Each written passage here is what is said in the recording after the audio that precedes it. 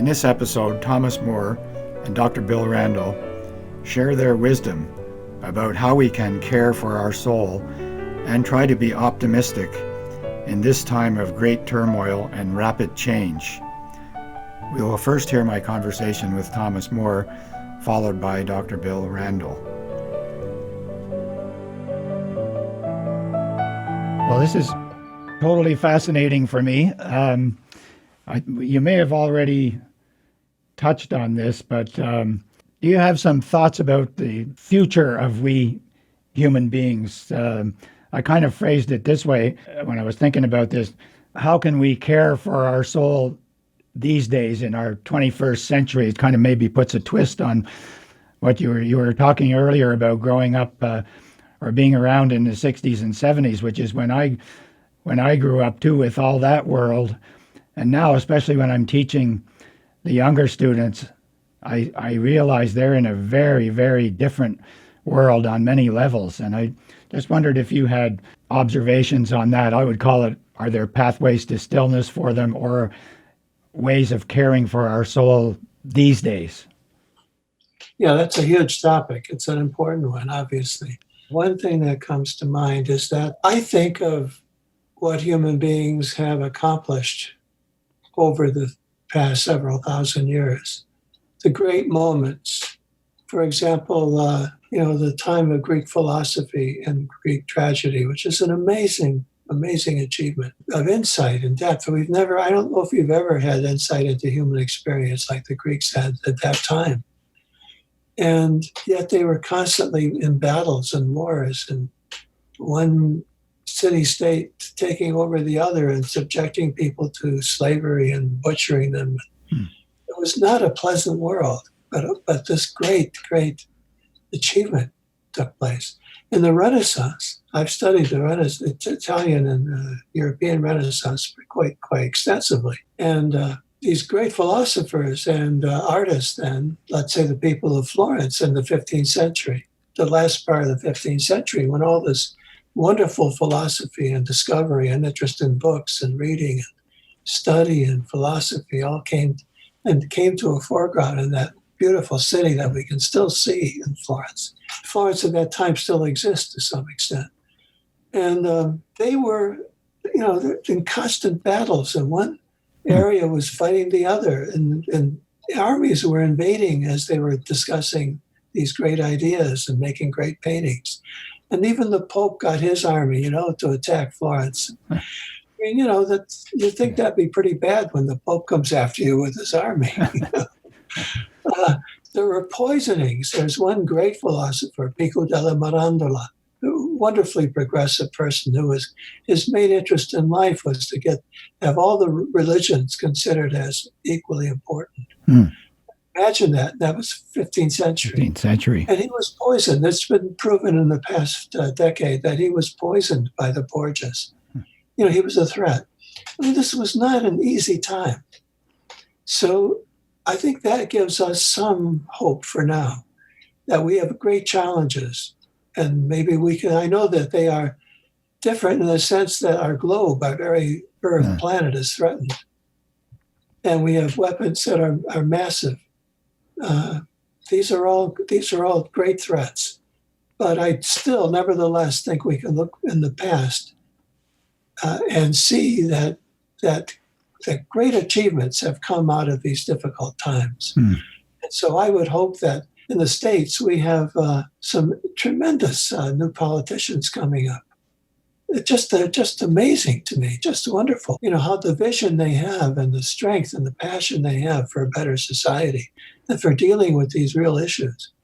Now, they're having trouble. They have to fight the old guys who are trying to entrench and don't seem to understand what the world's all about.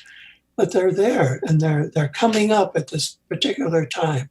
So it gives me some hope.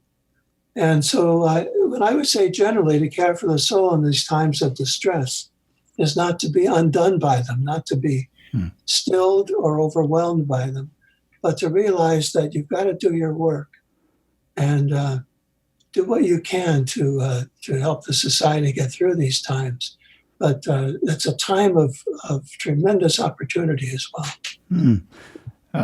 Yeah, that's a really interesting way. I hadn't quite thought of things that way before. That when you take other times in history, I wonder if that's the drama of being a human being on this planet. Some people say perhaps it's never meant to be, never meant to be totally any other way. I'm not sure about that, but I listen to a classical music show here when I'm driving in my car. It's on pretty well all day, and this announcer always gives backdrop stories of composers and the lives that they lived through, and this wonderful, either personally or where they lived at the time, and these wonderful, beautiful things that come out of that. So yeah, that makes a lot of sense. That maybe we don't need to think of it being otherwise. We need to care for ourselves within that context. Yes. Yes, and you can also think about the individual, like though you're saying composers or artists, they may have had individual struggles as well. They may have had illnesses to deal with. Beethoven's deafness, can you imagine a great musician being deaf? I mean, it's just unbelievable. And Bach having, 20 children or something. There are things that would make it seem impossible to be able to be creative. Depressions, a lot of depression and suicidal thoughts among artists. Things like I'm thinking of, visual artists as well. So I think that at the personal level too, we have to see that even though we might have some real challenges to have to deal with, it doesn't mean that we can't be creative and can't do, make our own contribution. Mm-hmm. And stories of so-called famous people and ordinary people who have, found meaning are equally inspirational. I find speaking to groups, if I can, I give talks to the Alzheimer's Society and folks like that, and if I can come up with, I do have stories of others who have dealt with things, either families or the survivor themselves, in a meaningful, hopeful way. These folks are looking for role models or for somebody to give them a more uplifting version of what the awful things they're going through. Yes, and so many issues there. One is that we need each other in those moments. We can't do it alone. One of the books that I'm hoping to write is about how all of us can live as therapists for each other, that there's a way in which we can be therapeutically oriented toward the world and to other people, and maybe become more skillful about that without confusing, realizing we're not actual professional therapists, but the word therapy applies to everybody. We can always, in our friends, even our conversation here, I take to be a form of therapy, not for us, but for listeners, to be able to listen to a conversation that might give them ideas that can move them along and sustain them. And that's exactly one of the reasons I wanted to do this with you as another way of bringing, as I mentioned to you, bringing my book into the world. It's exactly what's happening here. And I'm very thankful for that. And also for myself, because I'm learning as well from you. This is absolutely great. I feel like we've covered quite a bit of territory here, and I want to thank you very much. We just heard from Thomas Moore speaking about how we can care for our souls in today's world. He wrote his book, Care of the Soul, about 25 years ago. So it was interesting to hear from him about what we can do today. We'll now hear from Dr. Bill Randall, who calls it trying to be optimistic in these postmodern times. A practical question. We seem to be generally agreed upon that the world at the moment is pretty troubled. There are many, what Morgan Freeman talked about when Trump was being elected, he said there are many tinder boxes and too many people have matches. And so in many ways we have a pretty troubled world. and I asked Thomas More, how would you care for your soul today, in today's world? Because that book was written, 25 years ago, I think, at least. And how would you see, what can we do today to care for our soul, sort of thing? Would you have any advice or suggestion to people, to what's important, to ground ourselves, or to continue to be optimistic or hopeful, at least hopeful about our life here? Well, one of the things I would say, and this is a bit of a plug for you, is to read Pathways to Stillness, to experience ways and discover ways in your own life, your own personal life, not you specifically, but everyone, to find that still center that is within us all. And that doesn't solve all those tinderbox problems out there by any means, because we're human. We have a limited amount of control over the bigger picture and how it unfolds here on planet Earth. But we can find more stillness in our lives. We can be reading our lives, which is what Beth McKim and I write about. We can be exploring and savoring the mystery and the layers of meaning within our own little life that we have been privileged to live, whatever form it has taken. And we can, I think, cultivate intentionally an attitude of gratitude for each moment. I just came from spending a couple of days in the fog of the Fundy Coast, and fog is beautiful. I could grumble and say I wish it hadn't been foggy, but the fog itself has a beauty. And I guess for me, it sounds pretty simplistic to say, but cultivating an openness to, an appreciation for this fog, this flower, this day, this kind word from an old friend, this opportunity to have a great conversation with you, my dear friend, on these topics. If we adjust our attitude, we see that the day is filled with good things, with blessings and so forth, at least in our immediate circle.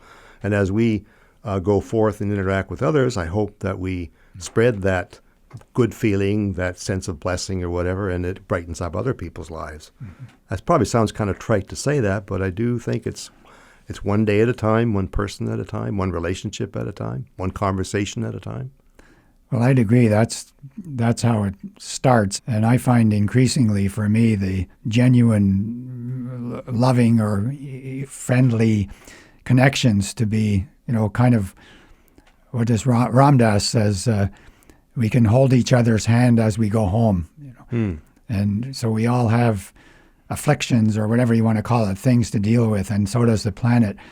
But we can do that with and for each other. And I guess so the feeling's mutual with regard to you as a special friend as well as colleague. The final thing I just want to ask you, if you have anything to add, if you'd like to add anything before we close. I like this idea of wisdom environment, which you and I have written about, and I feel that I want to facilitate and be open to wisdom environments wherever they pop up in the midst of my daily goings and comings. There's this one chap that comes to Tim Hortons where I do a lot of my scribbling and my homework and so forth, and he and I have developed a great rapport. Might last only 10 minutes when we do see each other, and he's very respectful. If he sees that I'm working on something, he won't interrupt and so forth, but we often have these fantastic conversations. He was one day reading Paul Coelho's book, The Alchemist, which I have on my shelf but haven't actually read. And so I said, so, what do you think about that book? Oh, he says, I love it. I'm reading it for the third time. This is a man in his mid-70s who is doing some of that philosophic homework with the aid of wonderful books like The Alchemist and other books that he tells me about and so forth. And I find the conversations that he and I have are, I would call them like little wisdom environments. He brings out depths inside of me in the short conversations we have, and maybe I elicit depths of understanding in him. And it's an everybody wins kind of situation. Mm-hmm. So that's one thing I would just sort of underscore, Gary. So many other things, so many other topics that we've touched on that we could, rabbit holes that we could go down that are endlessly fascinating. To be continued. Yes. And thank you very much. Thank you for coming in.